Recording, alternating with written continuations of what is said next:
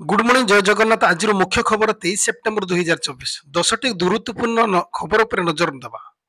Number 1, लोकों सेवा पर निज घर दान कले मुख्यमंत्री। मुख्यमंत्री मोहन माझी को अनन्य उदाहरण। लोकों निज घर दान कले मुख्यमंत्री मोहन माझी। केन्दुझर स्थित मुंडुआ बासभवन को जनसाधारण हित निमंते उत्सर्ग कले मुख्यमंत्री। एणिक अभियोग प्रकोष्ठ हम मोहन बासभवन। सप्ताह 6 दिन खुल अभियोग प्रकोष्ठ। जड़े सरकारी अधिकारी सेठार अभियोग संग्रह करेंगे। मुंडुआ होइथिबा अभियोग प्रकोष्ठ कैंप ऑफिस उद्घाटन करिसेंती मुख्यमंत्री। एठार स्थानीय लोक माने निज असुविधा अभियोग करि पारिबे। राज्य सरकार का साधारण प्रशासन विभाग पक्षर एक कैंप ऑफिस खोल अभियोग शुणाणी कार्यक्रम को आहरी सरल और सहज करने ए पदक्षेप नहीं मुख्यमंत्री। जिला स्तरीय अभियोग शुणाणी कार्यक्रम सहित एक कैंप ऑफिस मध्य लोकों अभियोग ग्रहण कर समाधान पदक्षेप नियाजिबो। नंबर 2, सक्रिय रही दुईटी घूर्णिबलय पुणी हे बड़ वर्षा। आसूची एक बड़ वर्षा दुईटी घूर्णिबलय बंगोपसागर तत्संलग्न अंचल सक्रिय रही। आज लघुचाप परिणत हो पारे पूर्णिबलय। उत्तर पश्चिम संलग्न केन्द्र बंगोपसागर उपकूल लघुचाप सृष्टि संभावना रही। याद्वारा आसंता 25 तारीख पर्यंत राज्य में वर्षा लगी रही। प्रबल वर्षा जो खोर्धा पुरी समेत आज 12 जिला को येलो वार्निंग जारी कर 25 तारीख पर्यंत विभिन्न जिला को पाणीपाग विभाग पक्षर येलो वार्निंग जारी कर अनेक स्थान में बिजुली घड़घड़ी सह हालुका मध्यम धरण वर्षा होबार संभावना रही। तेज गोटे कि दुईटी स्थान में प्रबल वर्षा होबार संभावना रही।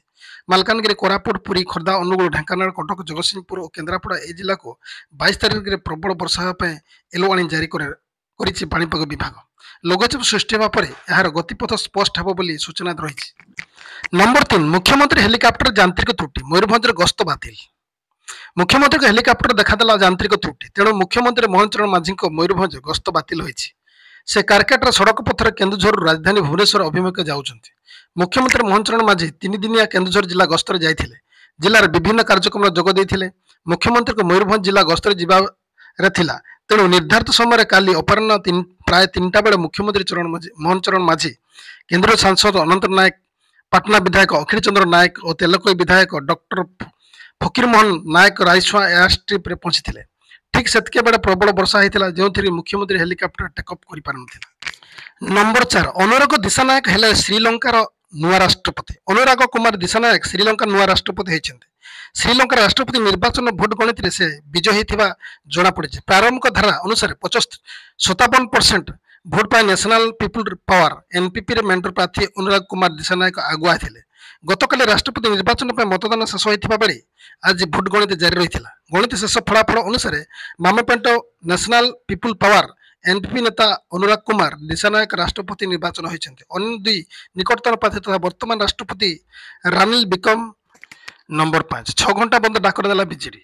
भरतपुर थाना मेजर और बांधविक निर्यातना असादाचरण घटना या प्रतिवाद कर बंद पालन कर बीजेडी। आसंता 24 तारीख रे बंद पालन कर विजु जनता दल 6 घंटा धरी बंद पालन कर बीजेडी पक्षर घोषणा कर। सूचना अनुसार सकाळ 6टार दिन 1 जाए बंद पालन कर।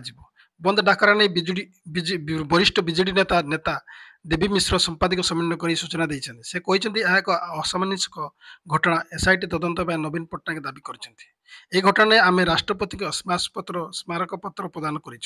2024 रे 6 घंटिया भुवनेश्वर बंद पालन कर बीजेडी। नंबर 6, 27 जिलापाल सम्मिलनी। आसंता 27 जिलापाल सम्मिलनी अनुष्ठित होब। राज्य में बीजेपी सरकार को आसवा पर प्रथम थर पर यह सम्मिलनी होगा जाऊँचे। लोकसभा भवन कन्फरेन्स सेंटर में यह बैठक करने निष्पत्ति होती। यह बैठक में 30टी जिलार जिलापाल उपस्थित रहे। समग्र विभाग प्रमुख शासन सचिव और कमिशनर तथा शासन सचिव मैंने उपस्थित रहे। एसत विभाग स्वतंत्र शासन सचिव, अतिरिक्त शासन सचिव और निर्देश मान सामिल होगा कहुई। मुख्यमंत्री और 2 उपमुख्यमंत्री एदेवे बोली सूचना मिली। नंबर 7, क्वाड समिट में पीएम मोदी कले बड़ घोषणा। प्रधानमंत्री नरेंद्र मोदी वर्तमान क्वाड सम्मुख बैठक में जोगदेवा अमेरिका गस्तर अच्छा। भारत प्रशांत महासागर अंचल में सर्जिकल कैंसर मुकाबला सुदृढ़ करने भारत $7.5 नियुत जोगाईदेव प्रतिश्रुति देते। रोगर परीक्षा, जांच और निदान अर्थ व्यय कर। क्वाड समिट अवसर कैंसर मुनसुट कार्यक्रम उद्बोधन दे प्रधानमंत्री नरेंद्र मोदी उपभोक्ता सहायता जोगाण घोषणा कर। ऑस्ट्रेलिया प्रधानमंत्री अल्बनीज, जापान प्रधानमंत्री किशिदा मध्य विभिन्न प्रसंग नहीं खोला आलोचना होता। जो विश्व सांप्रदायिक समस्या सह 4 देश मध्य पारंपरिक सहयोग प्रसंग नहीं आलोचना होती। नंबर 8, 52 वर्ष प्रतीक्षा अंत। ବାଂଲାଦେଶକୁ ହରାଇଲା ରଚିଲା ଇତିହାସ। ଭାରତୀୟ କ୍ରିକେଟ ଦଳର 92 ବର୍ଷର ପ୍ରତୀକ୍ଷା ଅନ୍ତ ଘଟିଲା। ଟେଷ୍ଟ କ୍ରିକେଟ ଇତିହାସରେ ପ୍ରଥମ ଥର ପାଇଁ ଦଳର ବିଜୟ ମ୍ୟାଚ୍ ସଂଖ୍ୟା ପରାଜିତ ମ୍ୟାଚ୍ ସଂଖ୍ୟାଠାରୁ ଅଧିକ ରହିଛି। ଆଜି ଚେନ୍ନାଇର ପ୍ରଥମ ଟେଷ୍ଟରେ ବାଂଲାଦେଶକୁ 280 ରନରେ ହରାଇବା ପରେ ଟିମ୍ ଇଣ୍ଡିଆ ମିଳିଛି ଏହି ସଫଳତା। ବାଂଲାଦେଶକୁ ପରାସ୍ତ କରି ଭାରତ ତାର 179ତମ ଟେଷ୍ଟ ମ୍ୟାଚ୍ ଜିତିଛି। ଦଳ ଏଯାବତ୍ 580ଟି ଟେଷ୍ଟ ମ୍ୟାଚ୍ ଖେଳିଥିବା ବେଳେ ସେଥିରୁ 179ଟି ଦଳ ବିଜୟ ହାସଲ କରିଛି। 178ଟି ପରାଜୟ ହୋଇଛି। ସେହିପରି 222ଟି ମ୍ୟାଚ୍ ଡ୍ର ହୋଇଥିବା ବେଳେ ଗୋଟିଏ ଟାଇ ହୋଇଛି। ନମ୍ବର 9 ମଣିପୁରରେ ଅନୁପ୍ରବେଶ କରୁଛି 900 କୁକି ଆତଙ୍କବାଦୀ। ପଡ଼ୋଶୀ ମିଆଁମାରକୁ ଭାରତୀୟ ରାଜ୍ୟ ମଣିପୁରରେ ପ୍ରାୟ 900 କୁକି ଉଗ୍ରବାଦୀ ଅନୁପ୍ରବେଶ କରିଛନ୍ତି। ମଣିପୁର ରାଜ୍ୟ ସରକାର ସୁରକ୍ଷା ପରାମର୍ଶଦାତା ଏମିତି ଏକ ଚାଞ୍ଚଲ୍ୟ ଖବର ସମ୍ପର୍କ ଖୁଲାସା କରିଛନ୍ତି।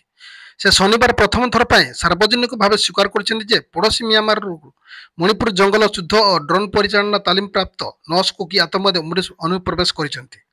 ଦକ୍ଷିଣ ମଣିପୁର ଭାରତ ମିଆଁମାର ସୀମାରେ ଥିବା ଜିଲ୍ଲାଗଡ଼ ସମସ୍ତ ବରିଷ୍ଠ ପୁଲିସ ଅଧୀକ୍ଷକଙ୍କୁ ଗୋଇନ୍ଦା ରିପୋର୍ଟ ପଠାଯାଇଛି।